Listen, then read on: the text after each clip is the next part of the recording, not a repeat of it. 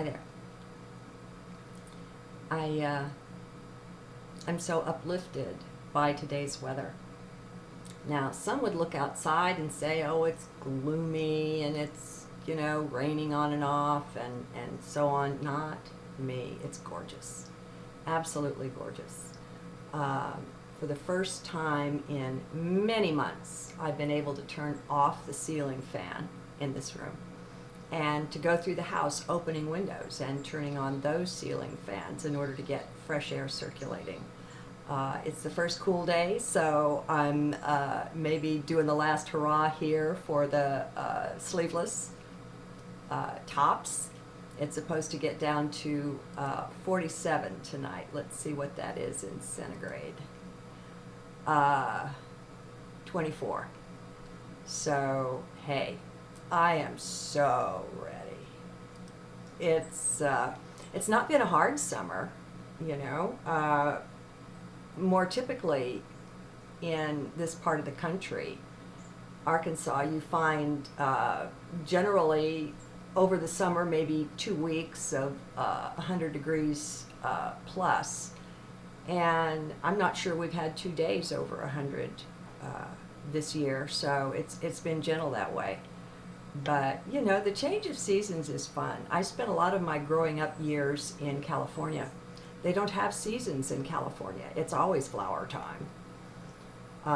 And the weather is so mild such that when I began living in other states, I literally didn't know the proper order of the seasons. It just wasn't something I had experienced much. So, that being said, I have a journal for you.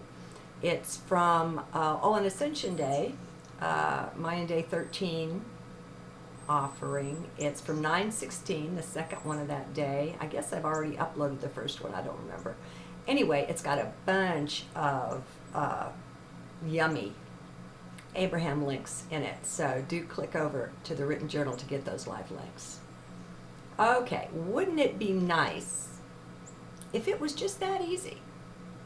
Just stop efforting. Stop trying to bring life around to what you want out of it.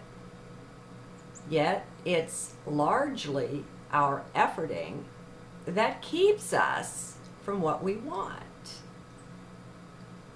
No efforting of will is going to wrap life around your little finger and make it obey the commands of your mind. Ain't it gonna happen? Well, most of us know that. But can we get over it? Can you or will you just choose to let all or most of that efforting drop?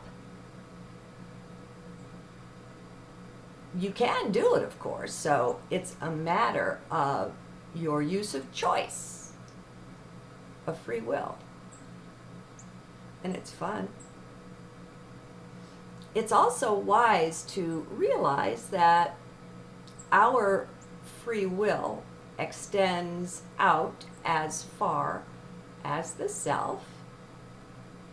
That's our kingdom, our dominion, what we can rule. So, all of our trying to bend outer circumstances or people to our desires is rather futile, or so it seems to me. Now, that's not to say that having things go your way, and even miraculously, isn't possible.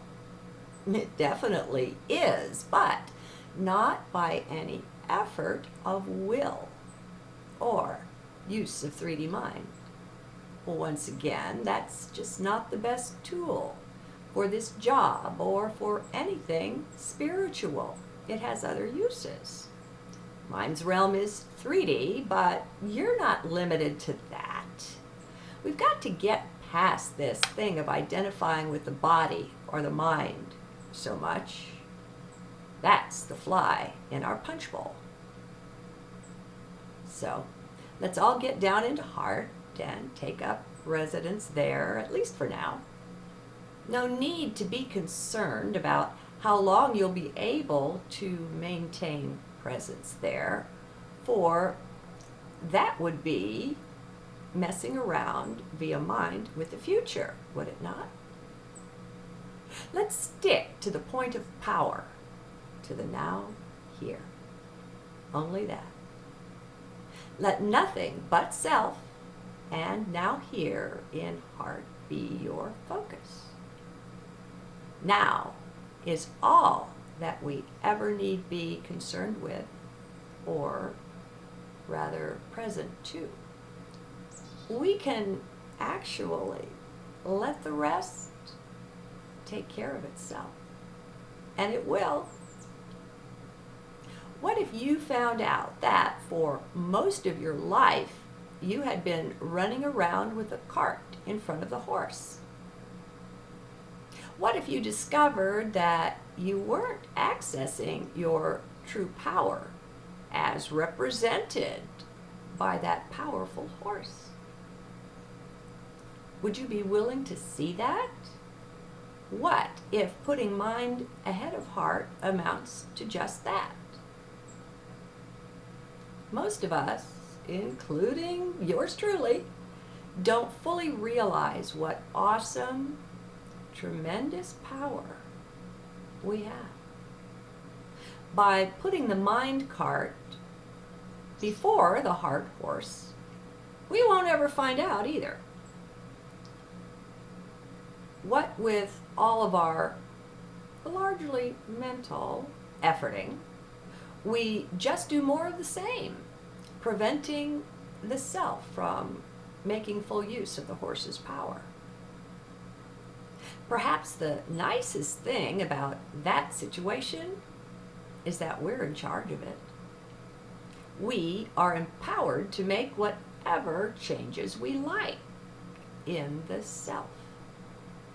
For those who have had just about enough of this cart before horse nonsense, perhaps you'll be ready to see into the futility of that sufficiently to just drop it. Just let it go. It's funny. We know the old saw, if you do what you've always done, you'll get what you've always got. And yet, we go right on efforting.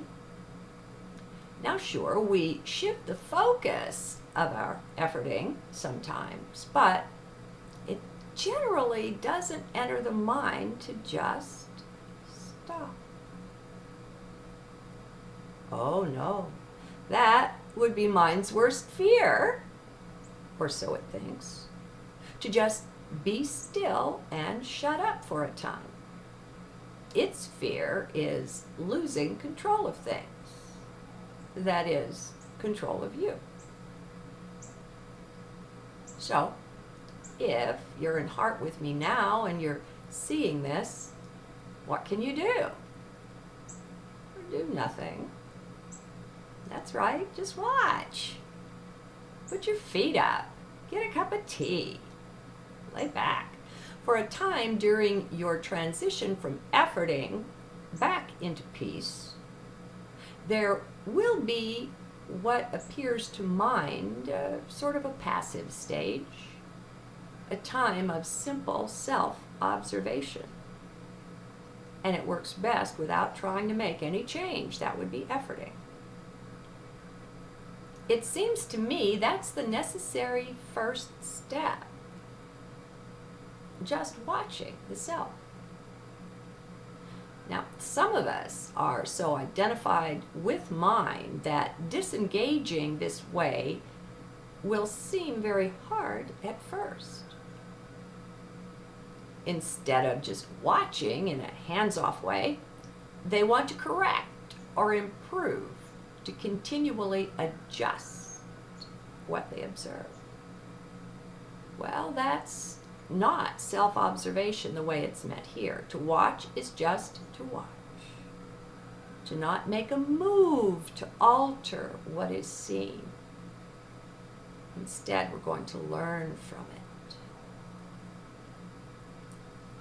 it. For some, this is a huge enough contrast to the way they're currently living their life that it's a shock.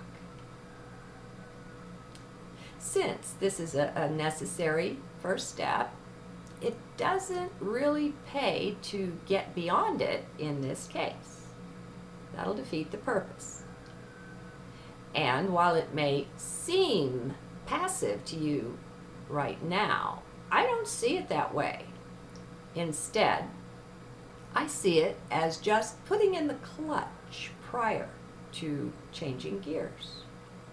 You can't change gears with the motor revved up without damaging the transmission, nor can you take the next step without first disengaging from mind. At least a little bit. One step at a time is good. Mind is afraid it will miss out on something if you set it aside like this. Well, I find that it helps to remind mind that your true identity is divine. Right now, most people's minds think that they are the person's true identity. And that's a belief weed that must be pulled from everyone's garden as they want to wake up. You are not mine, you are source. As we develop this breathing space between us and mind, ceasing so much to identify with it, we almost certainly gain a clarity that's hard to put into words. Why? Well, because we're so used to thinking with mind, and it's not a mental clarity. Our perceptions begin to expand immediately when we put in the clutch. There's so much more to perceive that we don't see until we slow down like this.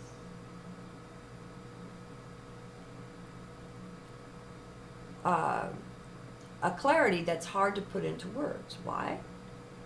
Because we're so used to thinking with mind. Oh, I'm sorry, I already read that, and it's not a mental clarity. This points to the importance of putting in the clutch first, else we can't successfully make the shift. Or maybe we can, but it won't be the easiest way to go about it. If you're going to use a screwdriver, it helps to first put the hammer down, and there's the rub. Mind is such that it would rather try to keep both tools. The last thing it wants is to be in any way idle, in neutral gear. Mind is ever and always delighted to be on the go. Have you noticed? This is why the time of seeming passivity during self-observation is so very important. I'm not saying there are no other ways into the interior kingdom, just that I found this as the one that works for me. And one of the hardest things for anyone's mind is just to be still. In that way, it manages to interfere with people's plans to meditate or just simply sit quietly for a while. While this is the case, yet it's also quite possible to just see this as mind in action, not the self. You see how you step back there? Breathing room. This resistance to being still is strictly a mind thing. It's not you. So, the more breathing space you cultivate between you and mind, the better. One day I realized that all the efforting in my life was only mind. It was mind driven. It wasn't me. At that point, I had sufficient breathing space, and yet I would slip back into efforting. It's still time to just watch the self. Slow the RPMs down.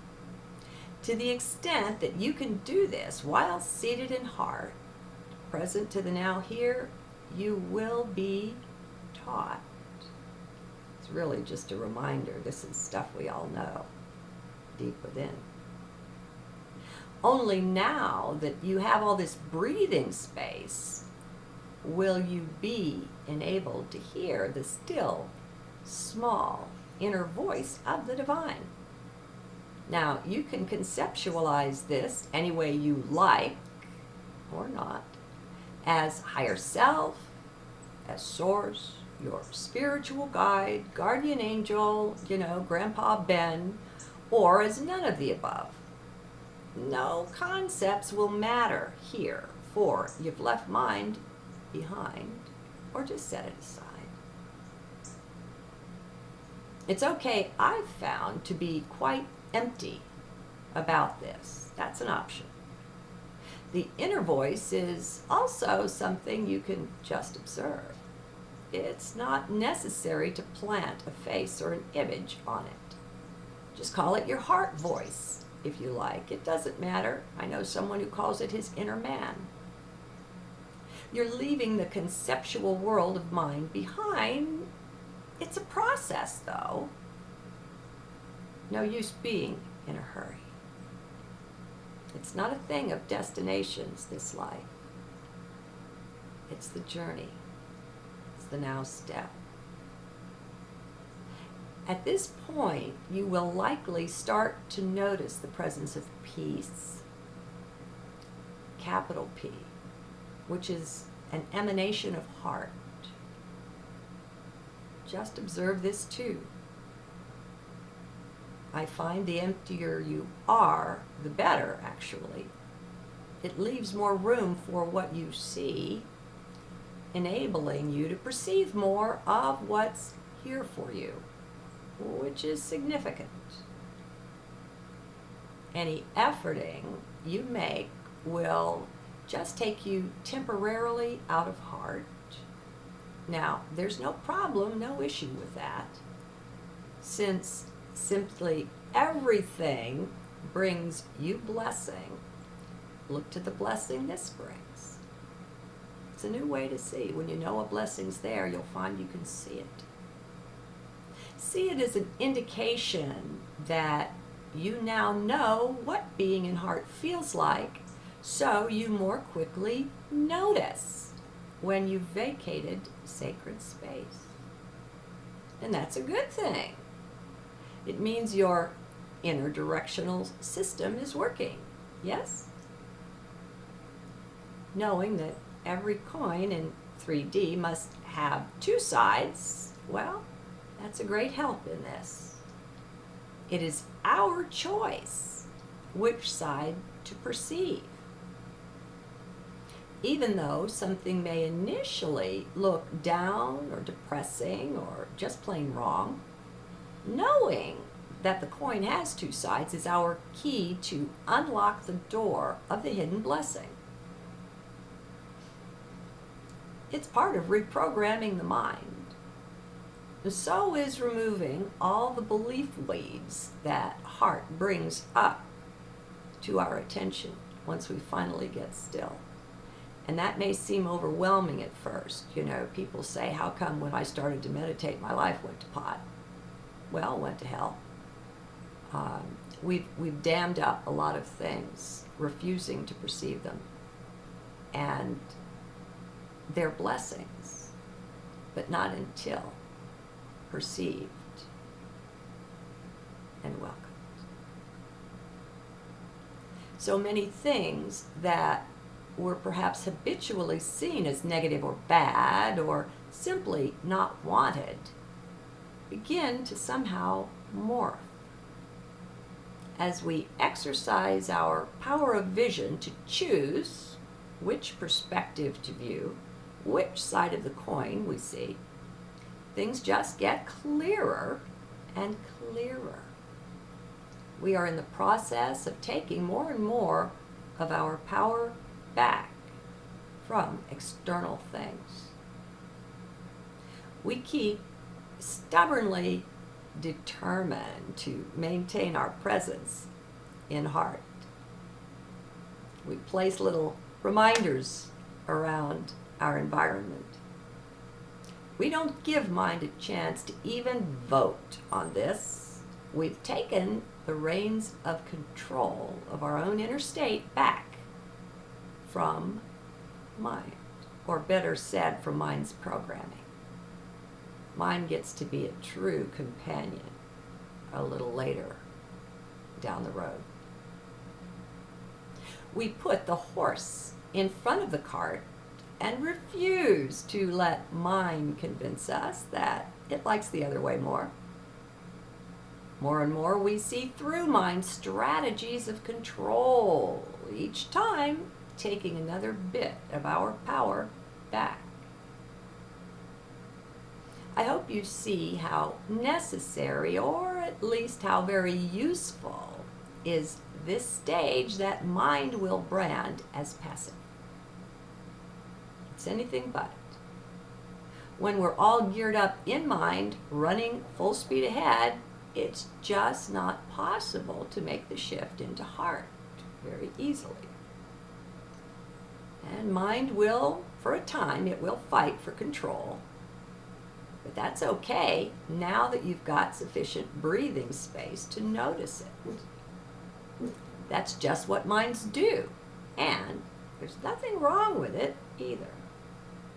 No, Kismet. This is all about making different choices. Things that may not necessarily feel comfortable at first. Well, of course they won't. But if we don't want to always get what we got, we recognize deeply the need for some sort of change. More and more we choose to let go when mind chooses to engage.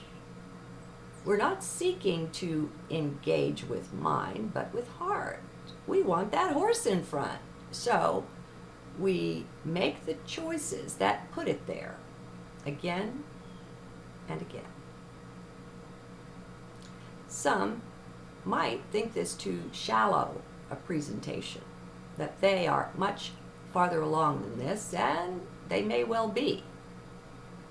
Nonetheless, as it seems to me, this is the step, the transition stage that most would like to skip over and avoid. It's a good place to stop and ponder a while.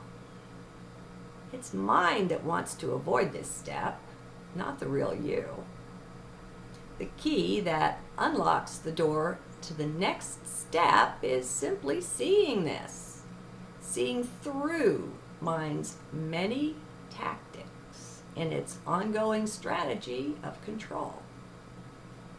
That's why I keep beating this same drum.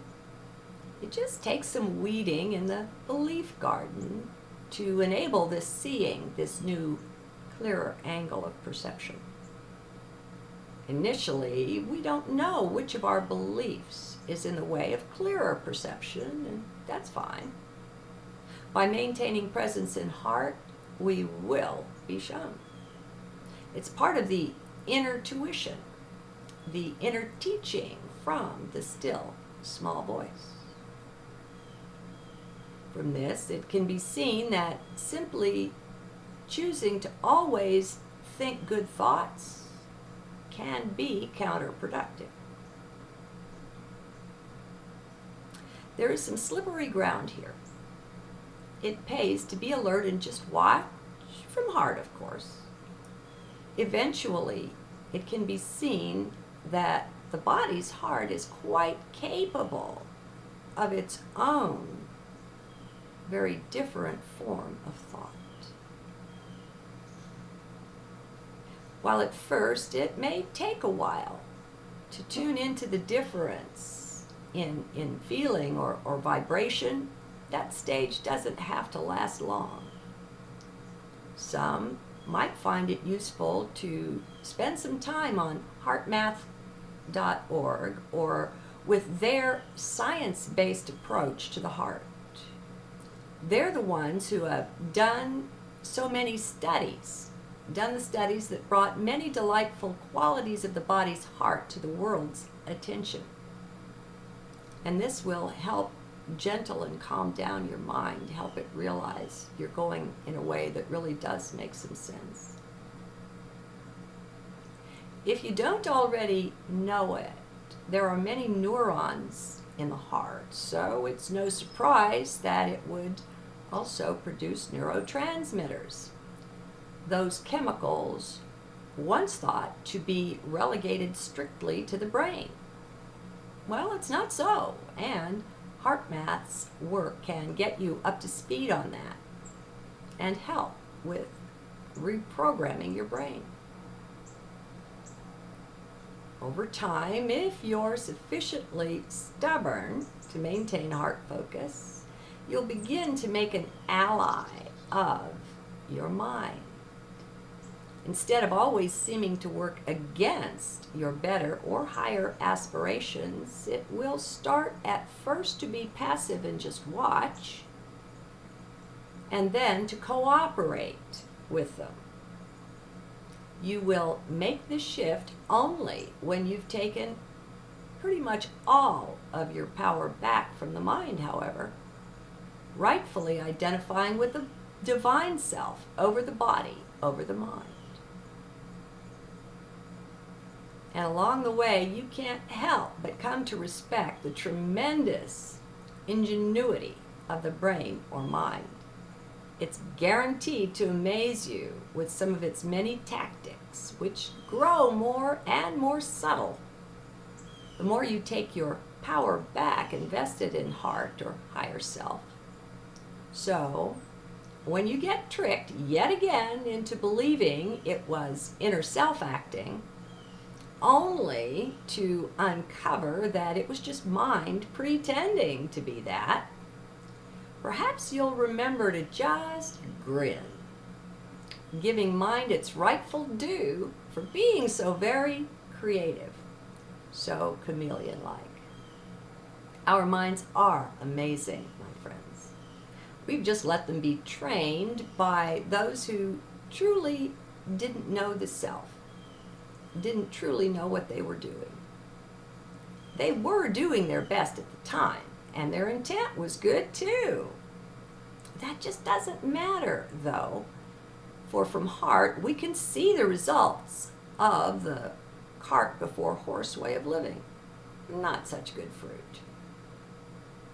Yet we don't cut down the tree. What good would that do? It's not necessary to just abandon mind. I find it far more pleasant to turn it into an ally instead. Just as it's a powerful foe, it's a powerful member of your team once it accepts your choice to keep heart in the lead. It soon learns by its own observation that the body's heart can also think. It sees the beneficial outcome of following heart's lead. It isn't dumb. It eventually gets the message. The thing that you'll be tested, the thing is that you'll be tested to the max, or rather, your determination to follow heart will be supremely tested by mind. It will not give in to any but the most stubborn in this pursuit. I've got to say that many don't make it past or through this stage in their transition to a heart-centered life. The blessings and benefits of taking these steps are seen by many as indications that they've already arrived. What they don't see just yet is how they've been duped by their mind, who's playing at being spiritual, at being the still small voice. What I see in this is just not enough gardening work being done in the interior garden of belief. There are old beliefs in the way of our clear vision here. There is not sufficient stubbornness in sticking to heart focus, perhaps. So mind is enabled to become the imposter, the spiritual one. More respect for mind's versatility and virtuosity in playing whatever role will retain it some measure of control. So, how do you know if mind is being the imposter or if it's really hard acting? Well, you just observe. Just keep watching self. The emptier, the better. Get rid of all distractions that would take your focus away from only now here, only self. By quietly persisting in that, you will be shown. They were shown too, but they had so many weeds in their garden cluttering things up, so they mistook what they saw. And all of this is absolutely fine. There are many spiritual egos out there doing their thing, and this is no judgment on anyone for any part of this. It's just a part of what we all chose to come in and experience. Remember, no matter what, everything brings blessing, either directly, indirectly, or both. These blessings can be seen in whatever it is, but they're far more likely to be seen by those who have done more weeding, abandoning old, dysfunctional beliefs. Let us not seek to change our fellow man while we're at it. I really like Byron Katie's simple adage for this one about the 3 types of business in the world: yours, mine, and God's. As long as we stick to our business, things go much better for us. Happiness is right there. This is where only self, and now here in heart, comes usefully into play. Leave the other guy out of it. He is his business and maybe even God's business, but certainly not ours. It's a new perspective, isn't it? It's amazing how much we're all in each other's business until we wake up more deeply to this. As we begin to take this perspective more and more, our inner tuition often shows us how we're just projecting our own stuff out onto the others anyway. We want to change things in us, but that seems too hard, so we reach out to change it in others, not realizing the impossibility of that. That's to spend time as Don Quixote, tilting at windmills instead of being singularly focused on now here. You see? I admit what I share here is not yet a popular perspective on life, as it's one that the mind can't take up, and most people are still identified with mind. Well, that doesn't matter to me, and I hope it matters less and less to you. Whether you adopt any of these views or come up with your own, the thing is to be loyal to the real self. To wake up sufficiently to realize that you are that. Then, believe it or not, the rest just takes care of itself. It may look as if you're the one doing this or that, but you'll know better. You'll know you're just being danced into it in the source flow, and just as much an observer of it as are those others, who mistake it for the you that they see, the external one. That's not what's acting there. They don't know yet what it's like to be danced, to speak with a mind that's disengaged, such that you have no idea what will come out of your mouth. As you are loyal to your own vibration and inner guidance, what others do or think will have less and less importance in your life. No doubt you've already noticed this. You'll find it doesn't drive you anymore as it once did. Once you've got the horse in harness in front of the cart, you'll be less and less tempted to go back to the other way to which you were once so very accustomed. Clarity of vision, of heart vision or perspective, will appear more and more for you. You'll just see through so many things that once captured and held your attention. That's what I'm calling clarity, not some sort of mental understanding. Oh no, don't expect that, at least not at first. That's no part of disengaging from mind, you see. One thing you can trust, however, is that whatever knowledge or understanding you required will be present to you right when it's needed. Always. It just happens that way. Now, this doesn't necessarily mean it will magically appear in your awareness full blown. What may appear is the way to attain it, requiring that you take some steps. You can trust that you'll be danced into the very best steps to take. Your needs, every one of them, are always provided. And that's a major fear that many have, that it's really good to sit with. Yes, this takes a major shifting of perspective for some, maybe many. All I can do is lay it out here the way I happen to see things. And of course, I hope it brings blessing, but you know I hope that I'm doing this for me.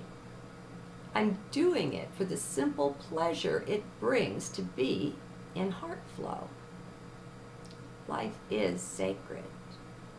We are sacred. Everything is sacred if that's how you see it. Believing is seeing, my friends, not the other way around. The scientists are hamstrung in this, but that's okay too. They have something vital to bring to the table in their own way. It's all good. It's all useful to the ones who follow heart. We'll each get different uses out of things, but that's in the design of it too. Why else play separate roles if we're all to see the exact same thing the exact same way? What utter nonsense. Be loyal to you, to the real you. Of course, you got to find it first. Learn to identify stubbornly with that, and it will lend you the momentum of the powerful horse pulling your cart. Don't allow others to be such a strong influence. Take them rather as king's counselors, knowing that all ultimate decisions are actually yours as the king, as the queen of your kingdom of heart. Respect the self, my friends. As we allow the heart vision to take precedence over that of the mind in spiritual things, we eventually fall deeply in love with the self, seeing that one for the divine manifestation that it is. We all love Source. Well, one day we'll wake up only to find that we are that. Oh, what an amazing vision. Remember, you are already perfect.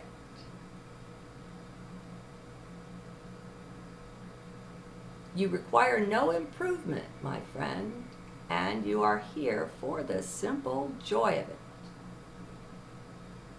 And sure, we all get detoured away from that pure joy, but that doesn't mean it isn't still there. It is. This is all part of remembering self, of taking back up our crown and scepter of authority, not to rule the world, not to rule others, but only to rule the self.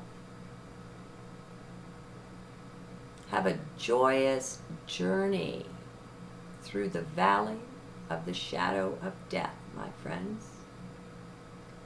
Realize that if it can die, whatever it is, then that's not perfect. You are deathless, eternal, always present, never ending. You get the picture. The real you cannot be hurt or harmed in any way. How can you hurt Source? Let's all be building the cocoon within which the great magical transformation into the butterfly, flutterby, it's misnamed, takes place. And let's also be ready to come out of the cocoon as life guides us into our new divine flutterby identity. We have to completely abandon the caterpillar for this to take place. He turns into goo in that cocoon. As the flutterbys in the world are the constant reminder of the majesty of this transformation. Fly free, my friends. It's only a heartbeat away. Stop efforting. Let nature have its way. Trust the outcome. Trust the capital S self. Namaste.